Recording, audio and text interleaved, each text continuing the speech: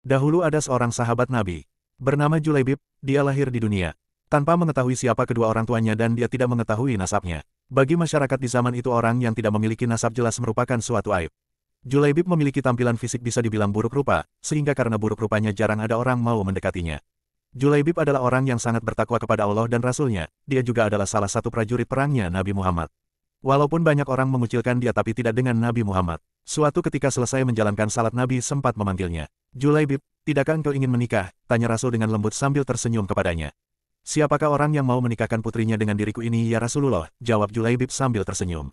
Lalu Rasulullah menjawabnya dengan senyuman. Julaibib menyadari dirinya tidak mempunyai apa-apa dan menurut dia, tidak ada seorang pun yang mau menikahkan anaknya untuk dia.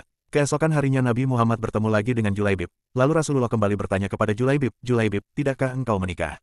Dengan jawaban yang sama Julaibib menjawab pertanyaan Rasulullah. Sampai pada akhirnya Nabi Muhammad menarik tangan Julaibib dan mengajaknya ke suatu rumah pemimpin Ansar yang dikenal mempunyai anak yang sangat cantik. Setibanya di rumah pemimpin Ansar, Nabi Muhammad bertemu dengan ayah dari wanita yang cantik itu dan Rasulullah mengatakan, "Aku ingin menikahkan putri kalian," kata Rasulullah pada si pemilik rumah. Melihat perkataan Rasulullah yang ingin menikahi anaknya sang pemimpin Ansar itu pun senang, betapa indahnya dan betapa berkahnya. Jawaban pemimpin Ansar dengan wajah yang senang, mengira bahwa sang Nabi lah calon menantunya. "Ya Rasulullah, ini sungguh akan menjadi cahaya yang menyingkirkan temaram di rumah kami.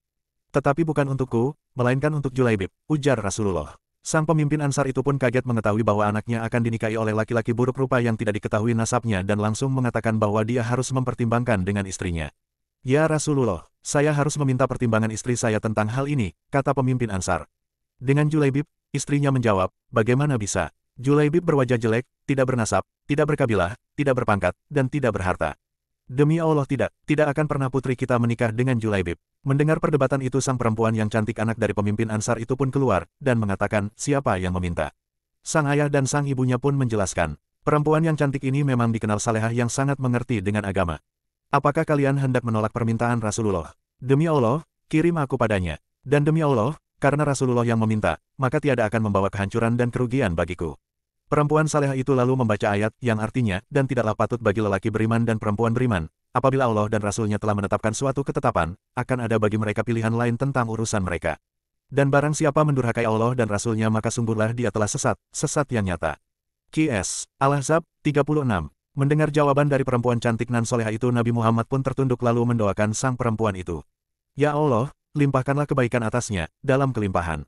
Kebaikan atasnya, dalam kelimpahan yang penuh berkah. Jangan kau jadikan hidupnya payah dan bermasalah." Maka benarlah doa Nabi Muhammad. Tak lama kemudian Allah karuniakan jalan keluar baginya. Kebersamaan di dunia ternyata tidak ditakdirkan terlalu lama.